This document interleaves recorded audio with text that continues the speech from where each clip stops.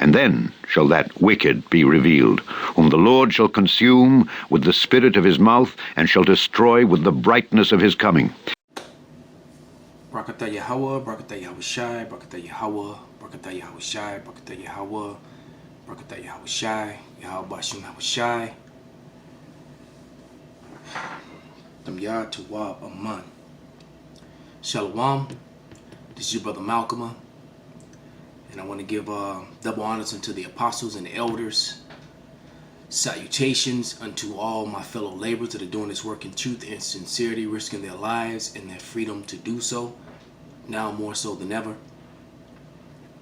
To the confusion of face joined unto our ranks, the akwaf that are listening and learning, the hopefully elect, to you I say shalom. Coming at you with another lesson in truth, your brother Malcolm from the branch of the Great Millstone here in Chicago. All right.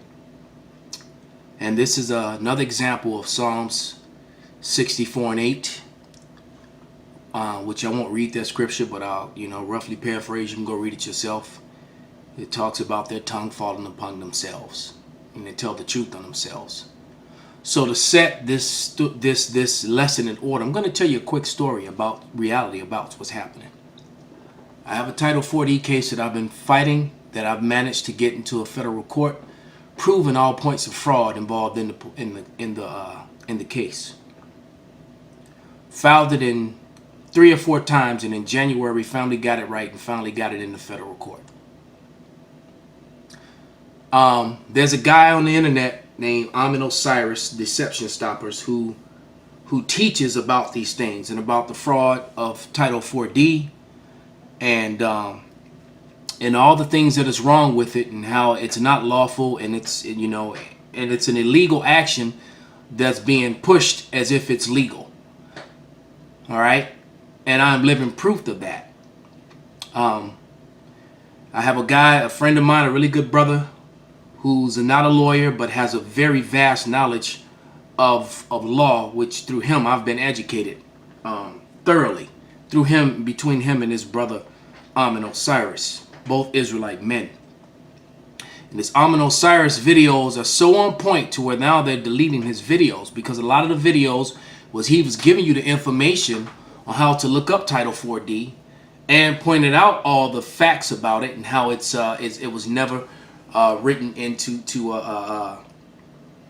law. It was never put into law at all. It's actually done under the color of law. All right, so it has the appearance of being law. So to get back to my story, got the case into federal court out of the state courts, because in the state courts there's no remedy because the states are behind pushing it. Well, the federal government has a little bit to do with it too. All right.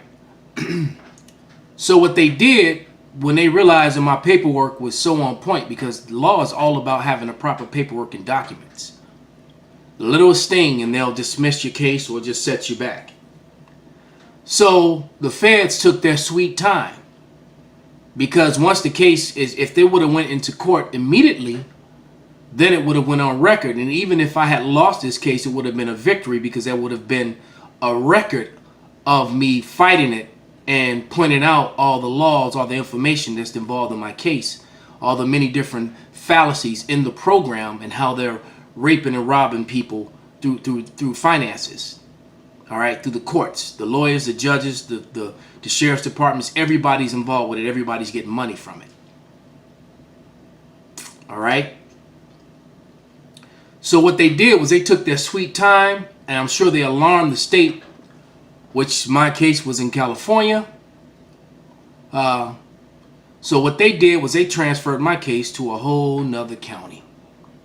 And I received a letter in the mail that had been transferred to another county, because now they're ducking and dodging my paperwork, my case against them, pointing out all the laws that they've broken in order to enforce their laws upon me, or enforce what they've done upon me, their action, which is unlawful. And now I've been able to point it out and prove it in the court of law. So they transferred my case to another state, to another county in that state. All right. And then, so mind you, 3-4 months have gone by. I stopped getting all the annoying letters and all that stuff. So the county that it was transferred to then transferred it to my home state. And then my home state started sending letters to my old address, having my real address, because I have a driver's license. So they purposely started sending letters to a former address where I used to live, where I don't live anymore. But because I knew someone there, I was able to get wind of this. Just simply told them return to sender, because you have to be served. Remember that. Papers, law, in order for law to come, K courses to go forward, when you receive it in the mail, it actually has to come addressed to you. And if you don't respond to it, then they'll enter a judgment of default against you. That's what starts the case. And see, I learned that from Osiris. So since I didn't live there, then I could legally say, hey, look, you ain't got to accept no mail there. I don't know what's going on there. Send it back, return to sender.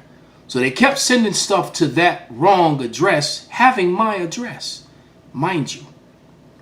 So, getting wind of this against me, I filed an action against that new case, because what they did was to get it into this state. They took my old case, got it to this state by assigning it a new case number. But problem is that they're caught up in their own laws, because once something is in one court, you can't bring the case in one court into another. And they didn't expect me to know that. My buddy called the letters that they were sending, the threatening letters, paper tigers. He said they were tigers with no bite, and he was absolutely right. So we went against it. I went to court, struck to strike it down, and of course they struck down. My judgment was stricken, but the court realized that I had legitimate paperwork in the court system and that they could do nothing with it. So mysteriously, I get a letter from the original people a week later saying that the case is back in their hands, which means now they have to go to federal court, and basically they're on the run. They're backpedaling, which means all those threatening letters. So the moral of this story is that Esau is a liar, and that his whole system of corruption is set up to oppress the Israelites. And they oppressed me with that false case, and it ruined my career, damn near ruined my life. All right? Because I had a very lucrative business that it destroyed, and damn, it put me in poverty. And then after doing all that and taking all my business licenses, then they wanted to demand money from me. It's like, wait a minute. You destroyed me financially, and now you're trying to get money from me? So, without any further ado, actually, let me read a scripture. I'm going to start with Ezekiel 35:5. Because Esau hates you. And for you Israelites that can't seem to get a grasp on the fact that these Edomites hate you, and that you can get a fair deal and get along with them, you can't. This is Ezekiel 35, and it says, because thou hast had a perpetual, 35:5, because thou hast had a perpetual hatred, and hast shed the blood of the children of Israel by the force of the sword in the time of their calamity, in the time that their iniquity was had an end. So Esau never ended his oppression. His oppression turned into paperwork, false legislation, and decrees. All right, Isaiah 10:1, and then we're going to play about 10 minutes of this video and finish with scriptures, because what this man has to say on the screen, much needs to be heard. So this is Isaiah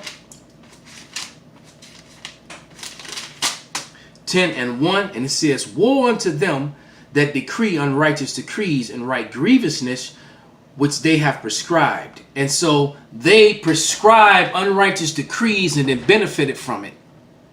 All right, Esau will purposely give you substandard and third-class aid, knowledge, and information, and then make mockery of you for not passing the test. Okay?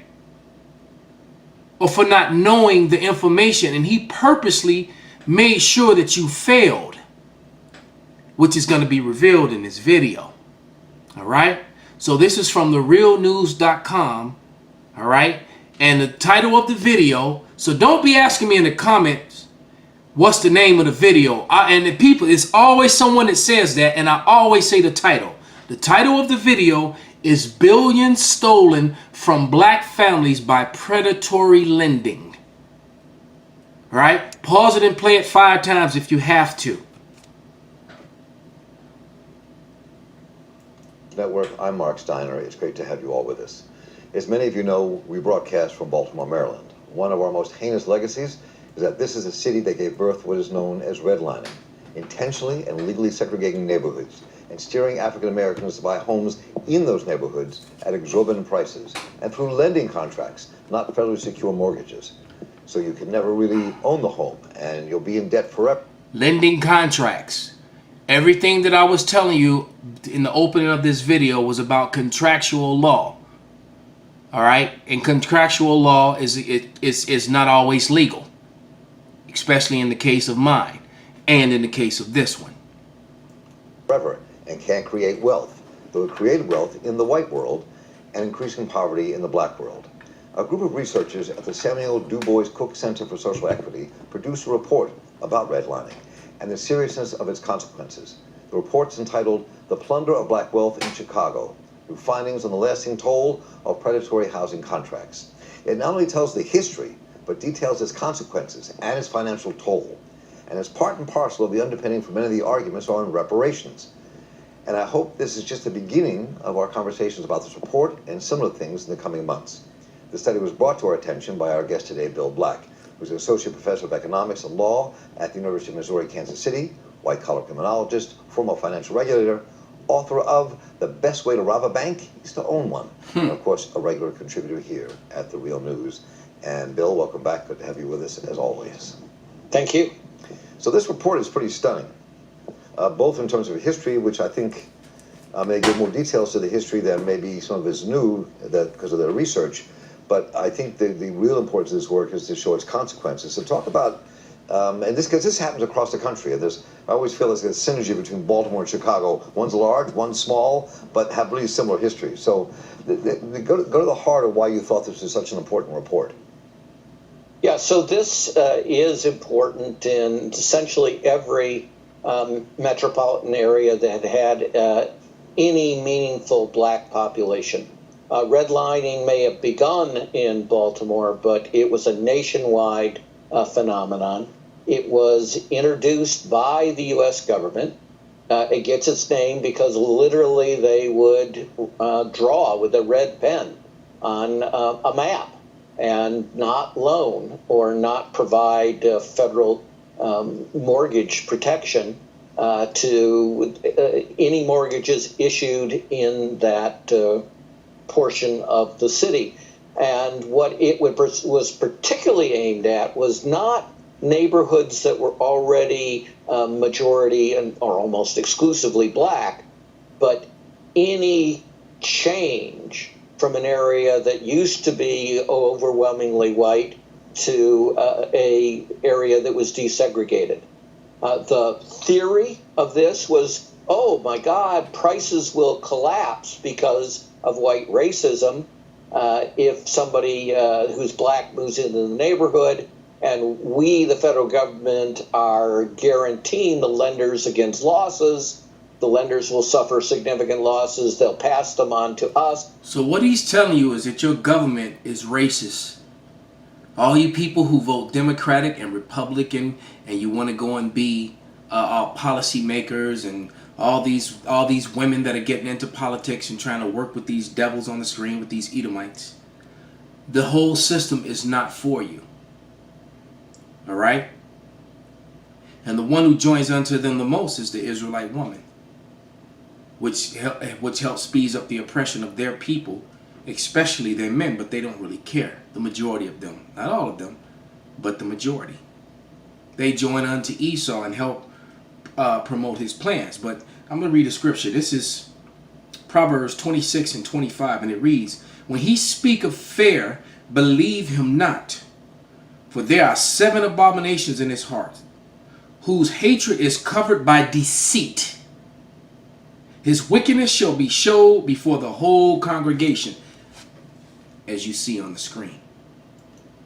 And so, we don't have anything against blacks. We just don't want to lose money. And we realize that many whites are racist. So this is how we're going to protect ourselves. But the reality is that this is, in many ways, when you look at the history of this was really a conspiracy in many ways involving the Federal Reserve, involving the federal government, involving people who sold real estate.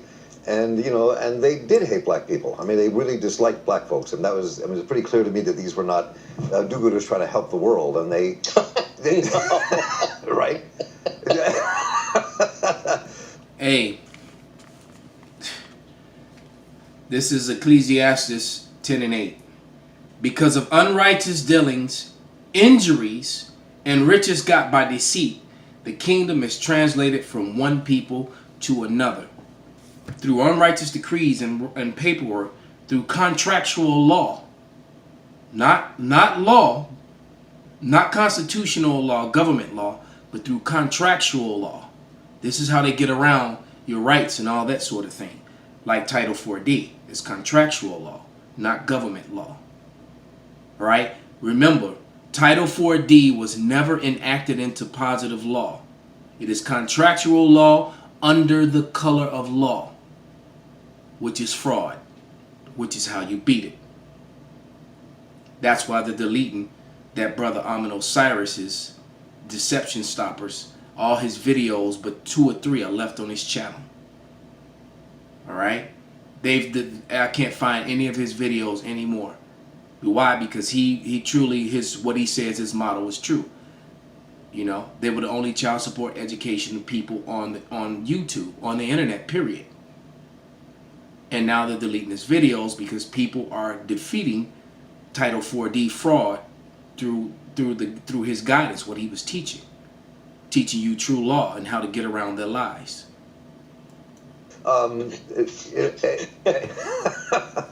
In fairness, they never claimed to be do-gooders out to protect the world. But yes, there's a very good book, a little dated now, American Apartheid. Yes, I do plan to get this book and do sit-downs from it. A number of the consequences. But this study says, okay, what kind of predation occurred taking advantage of this redlining, right? And economists are finally starting to take predation seriously. So predation is where you do something that is incredibly slimy, but you have the political juice that it's never defined as criminal.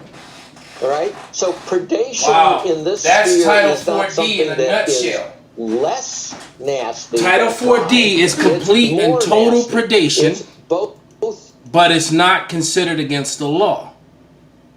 Why? Because it's being done through the courts, under the color of law, through contractual law. All right, so let's look up that word predation. All right, let's look that word up, man. And mind you, through contractual law, they were able to make themselves rich off redlining and fraudulent lending practices to Negroes. And they would make contracts to where if you missed a payment, you lost your whole property. And this is how then they will buy those properties for pennies on the dollars. And this is how they continue to get this is why so much wealth upon them. All right? Predation. Now remember, the key word in that is predatory. And when I'm looking it up, predacious. It says the killing of other animals. It doesn't have predation, but it has predacious. The killing of other animals for food. Wow. Characterized by predatory habits. And he just talked living by plunder. So that's the root word of predation. And Job 9:24, the earth is given into the hand of the wicked. All right? That was out of the, matter of fact, that definition was once again out of the Winston Simplified Dictionary Encyclopedic Edition 1933. My $15 used book out of the used bookstore is now $700 on the internet, and I wonder why. All right? But let's let a little bit more of this play. Let's speed it up some. Sleazy developers they were called blockbusters in my day, Wow. would be able to buy the properties at maybe 50 to 70 cents on the dollar. After you lost it. Then turn around, because it was more difficult because of all this redlining, for blacks to be able to get homes in areas they preferred and be able to charge a premium price. All right? So you would make the increase in home prices over what they purchased was often in the magnitude of 80%. Right? So, in other words, these guys are basically flipping houses, right? With a huge margin. On top of that, because you couldn't get the FHA insurance, that's what we've been talking about, you would not make a conventional sale of the home to the black family. You would make this contract of sale. And that contract of sale was really pernicious. In addition to being massively overpriced, the typical contract said, if you miss any payment, you lose everything. So anything that happened to you and you know, your daily life, a kid gets sick, your car breaks down, something happens, you can't bargain with them and stack up double payments or make a payment plan to catch up as Edomites could. You lost everything. This is Psalms 109. I'm starting at verse 7. When he shall be judged, let him be condemned, and let his prayer become sin. Let his days be few, and let another take his office. Let his children be fatherless, and his wife as a widow. Let his children be continuous vagabonds, because Esau is a vagabond. He's a vagabond running from justice. Let his children be vagabonds and beg. More and more Edomites on it. I had Edomites begging me for change today. All right. Let them seek their bread. Hey, remember the video a couple days back of the Edomite, living down there on the ground, on the ground on the street. All right, in the midst of all those $1 million condos, $500,000 condos. All right. Let the extortioner catch all that he hath, and let the stranger spoil his labor. So everything he has is going to be spoiled. Let's get one more scripture, man. All right, and if this don't get your blood boiling, if this don't make you see that there's something wrong with the Edomites, and you're okay with this system and the way they're living, then you deserve everything that's coming to you and that they're going to do to you. This is Revelation 18:6. Reward her, that being the Edomites, America, Babylon, the heathen. Reward her even as she has rewarded you. Now this is Revelation, end game. All right. So this right here kills the God loves everybody and he came back for everybody.